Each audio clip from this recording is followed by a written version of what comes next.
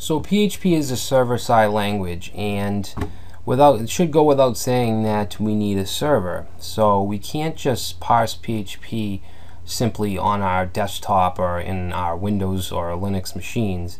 We need to have some kind of server. With JavaScript, we could just put it right into an HTML file and just use it right on our desktop.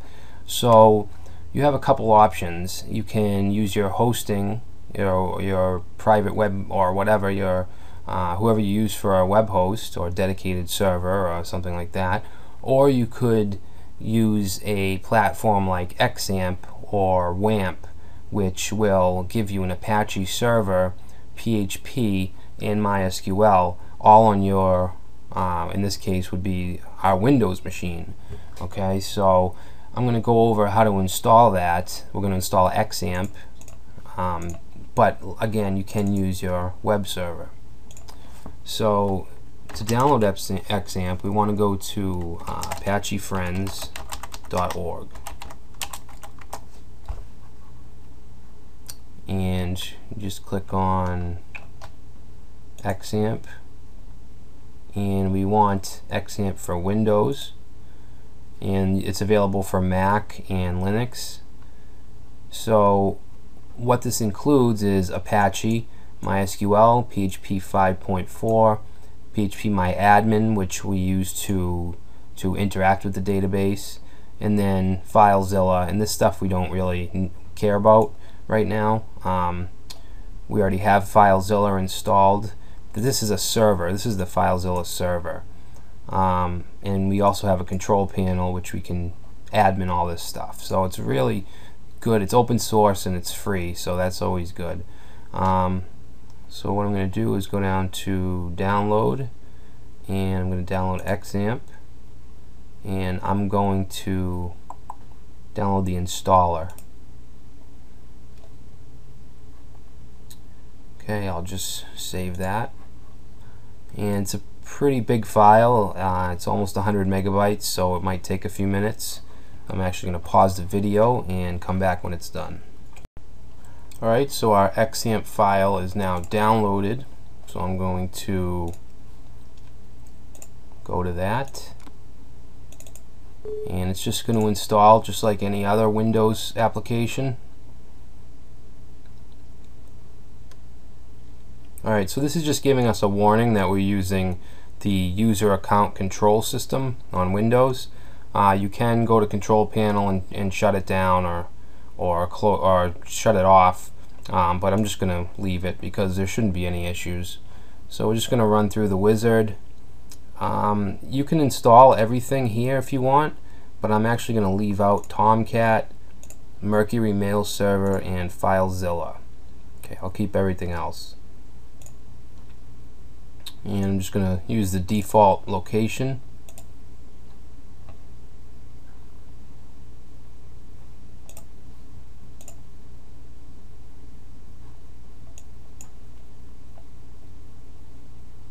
I'm not sure what this Bitnami is. I've never seen this.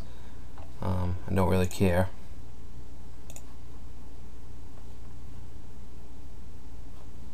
So this will just take a minute.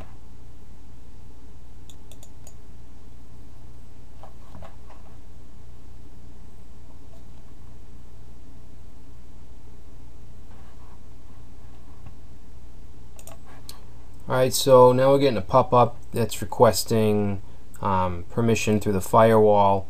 I'm just going to say allow access.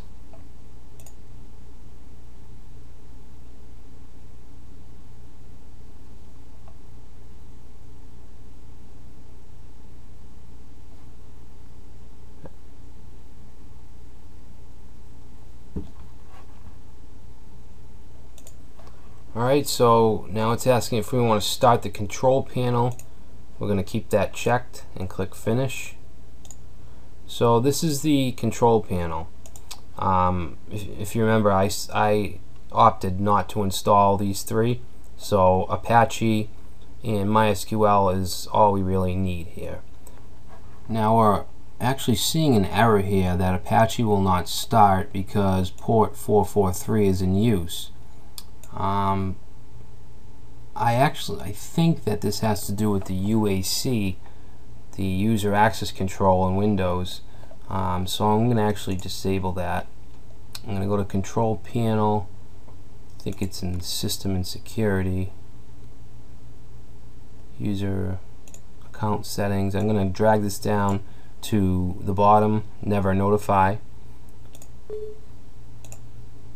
Click OK. Now let's try to restart the I guess we got to restart the actual machine. So I'm just going to restart, and now we're back, and I'm going to go to my XAMPP control panel, and hopefully that error is cleared up. Looks like it is. Alright, so what I'm going to do is we can choose to start and stop the Apache and MySQL services if we want, or we can install them as a core service that will start with Windows and will always run. So I'm going to do that by clicking on these X's.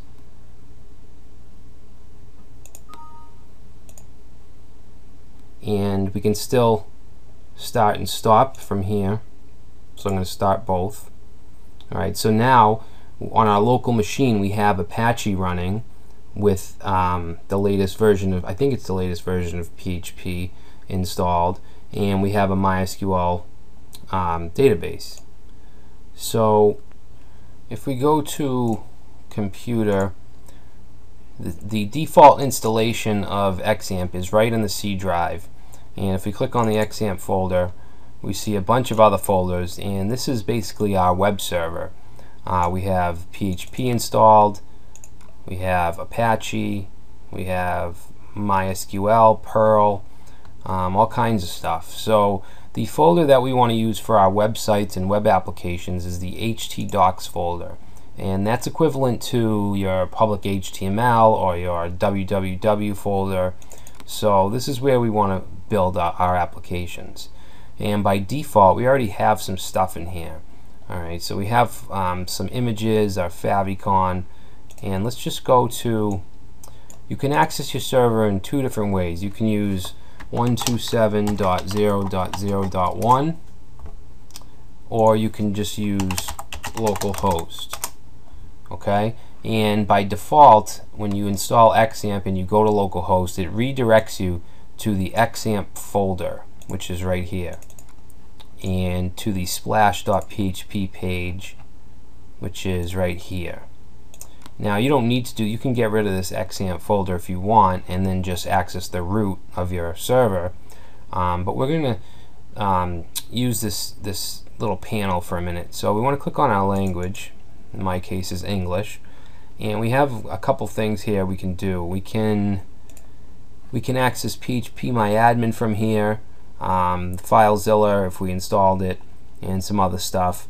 But what we need to do is click on security. And right now our MySQL admin user does not have a password, and we are on a local machine, so you don't really need it, but I would definitely suggest just getting in the habit of giving your database a password, your database user a password. So it's very easy. All you have to do is click on this link here and select a password.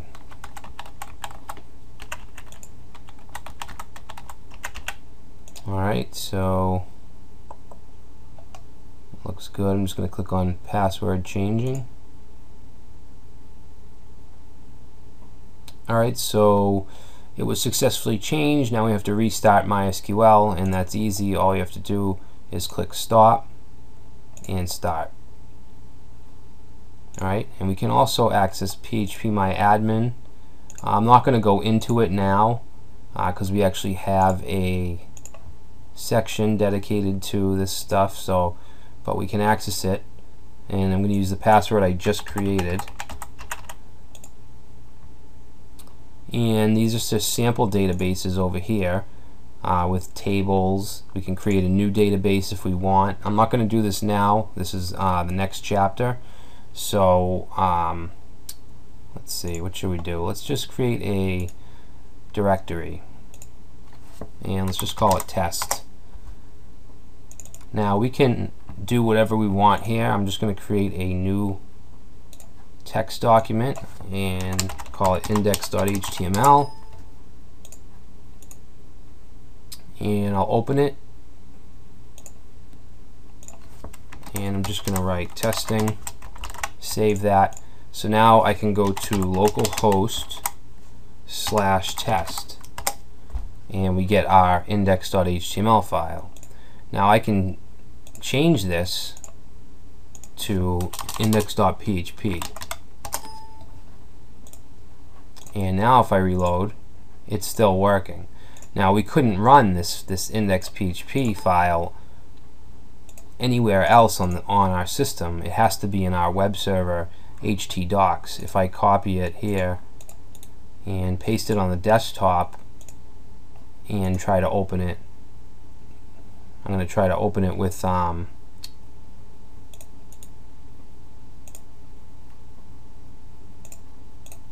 going to open it with Chrome.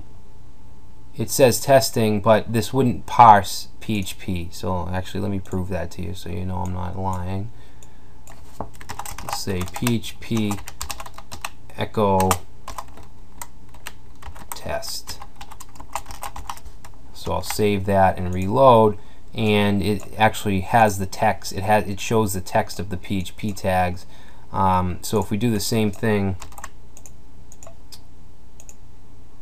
in our test on our server, let's open that up, save that, and go back to localhost/test, and you can see it's printing out test. It's not showing us the actual text in the file, it's parsing the PHP. So that's where we'll be building our applications. We'll have different folders. So now if you followed along, then your computer should be prepared to start writing PHP.